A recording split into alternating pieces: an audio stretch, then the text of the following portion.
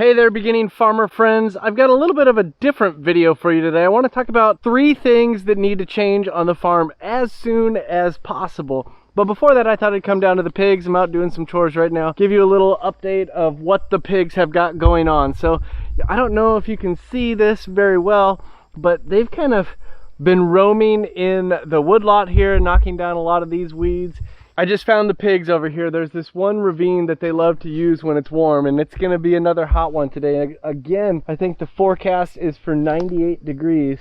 And so the pigs have come down here into this ravine, and I mentioned the other day in a previous video, maybe it was just a video yesterday, how in these woodlots it's really the only place right now in the, the middle of a drought or the first stages of a drought like we're on right now. This ravine and this woodlot is really the only places where they could find a wallow. Remember, pigs don't sweat, so they need those cool, wet contact places with the ground.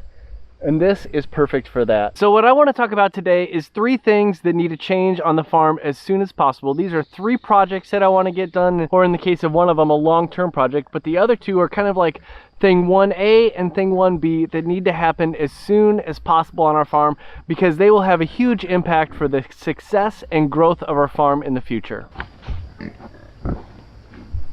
When we moved here about 12 years ago, the only thing that was here was a little bit of fence beaten down to the ground that we had to pull out with the loader tractor.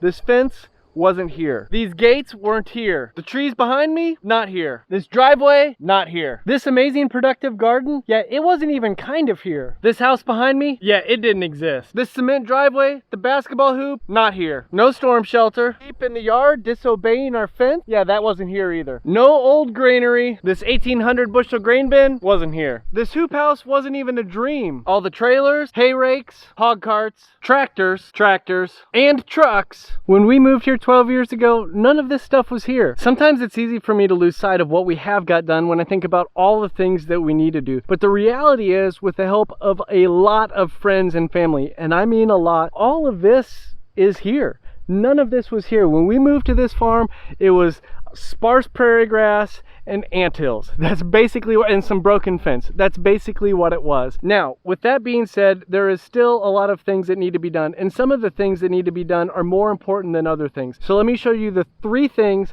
that need to happen as soon as possible on our farm. Thing number 1 that needs to happen on our farm is we need to get this going. This is a walk-in freezer, 10 by 12. It would be a game changer for our farm. I cannot begin to tell you how amazing it would be to have shelves all around here, underneath this evaporator unit, and over here. Even though this walk-in freezer is only 10 by 12, the amount of space that we could have in here compared to what we have in our 5 freezers, our 4 upright freezers, and our 1 chest freezer, it is incredible. The things we could do, the storage, the amount of meat that we could have on hand at any one time, that would be incredible. There are 2 things that need to happen for us to get this going. The first thing is that this compressor unit, it needs to be replaced. It works great. It is practically brand new, but it's 3-phase, and we only have single phase on the farm. We looked at conversion and things like that, but the expense was going to be way high compared to just buying a whole new single phase compressor. So hopefully we can trade this in, get a single phase unit, and then we can be set. The second thing that needs to happen to get that freezer going is we need to clean this shed out, because this is where I want to put the freezer in.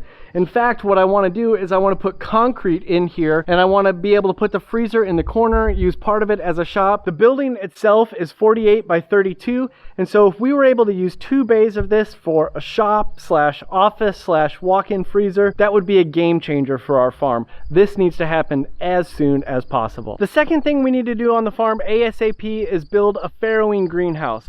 I know that sounds like a pretty weird thing, but let me explain. This thing behind us right here, this is the hoop house. We built it, I don't know, 6, 7, 8 years ago. It's taken us a while to kind of finish it. I've got 2 boars, 2 young boars right here hanging out on the front of the hoop house. It is 72 feet long, 32 feet wide. It's got concrete in the front, 20 feet inside, 20 feet outside, automatic waters, and then it's got a little corral out front that I can put the pigs on. When we built this hoop house, my idea was to split it down the middle and farrow on one side and finish pigs on the other side, or raise pigs on the other side during the winter. And I did that one winter, and it's just too small. It was too small of an area for the pigs that were growing. It was fine for farrowing, but it just didn't work with the numbers of pigs that we had and the numbers of pigs that we needed to have. So earlier this year, when I had some trouble sourcing some Hereford feeder pigs, I really got serious about thinking about a farrowing situation for us. And the greenhouse was the first thing that came to my mind. Now, this isn't an idea I came up with on my own. In fact, there's a farm in northwest Iowa that I just absolutely love the farm, love the family. They had one for years. They loved it. I'll try to put a link down in the notes below this video to an article about their farrowing greenhouse. It is a great thing, but just imagine a greenhouse, a hoop house, plastic hoop house, greenhouse type of thing with wood sides, 2 layers of plastic that are inflated for insulation. That's what we're hoping to build. Probably somewhere along the lines of 48 feet long, 32 feet wide, we can farrow 10 or 12 sows in it. That's the idea. Being able to farrow on our farm would be an absolute game changer, and actually kind of goes hand in hand with thing number 1, the walk-in freezer, because if we're able to farrow on our farm, we can produce more pigs, and when we produce more pigs, then we would have the freezer space for it. So thing number 2 that needs to get done as soon as possible is farrowing greenhouse. Thing number 3 that needs to get done as soon as possible is the sheep over my shoulder. We need to renovate our flock. We need to rehab our flock because they're just not working for us. They're not growing like I would like them to. They're not really having the success lambing that I would like them to.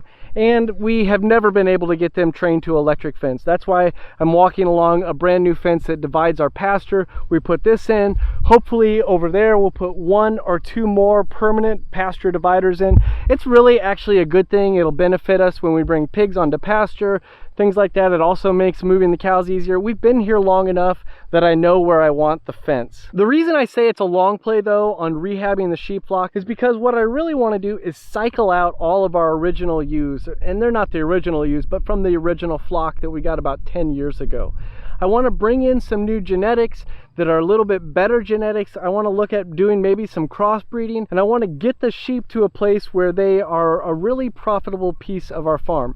Not that they're not profitable now, because they kind of are, but because I think they could be more profitable. The demand for lamb is actually pretty good, and while it's not as high as pork, it always surprises me how many people are asking if we have lamb available. The problem is with our grass-fed only system, we really only have it available 1 time a year when we process in the fall or early winter. And so we don't have enough to carry through, to the market season when people are coming up to our market booth in May and June and July and asking if we have lamb chops or lamb roasts or lamb racks and things like that.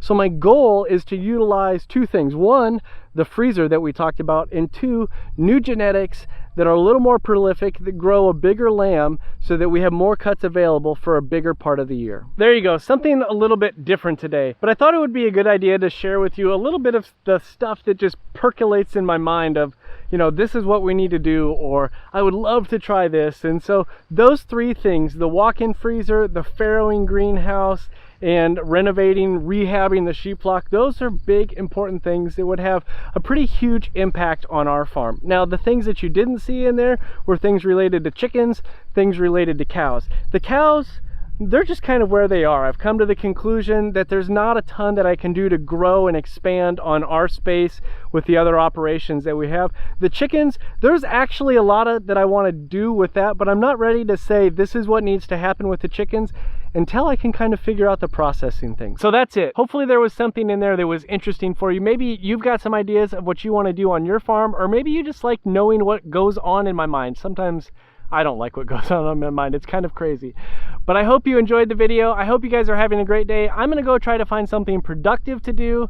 You do the same. Oh, wait. I forgot to tell you, I recorded a podcast episode that goes along with this where I go a little bit more in depth into the whys and hows and all of that good stuff of these 3 things that we need to do as soon as possible. Also, check out the size of the onions my wife grew this year. This is incredible. Best onion crop ever. I mean, they are softball sized onions. Wow.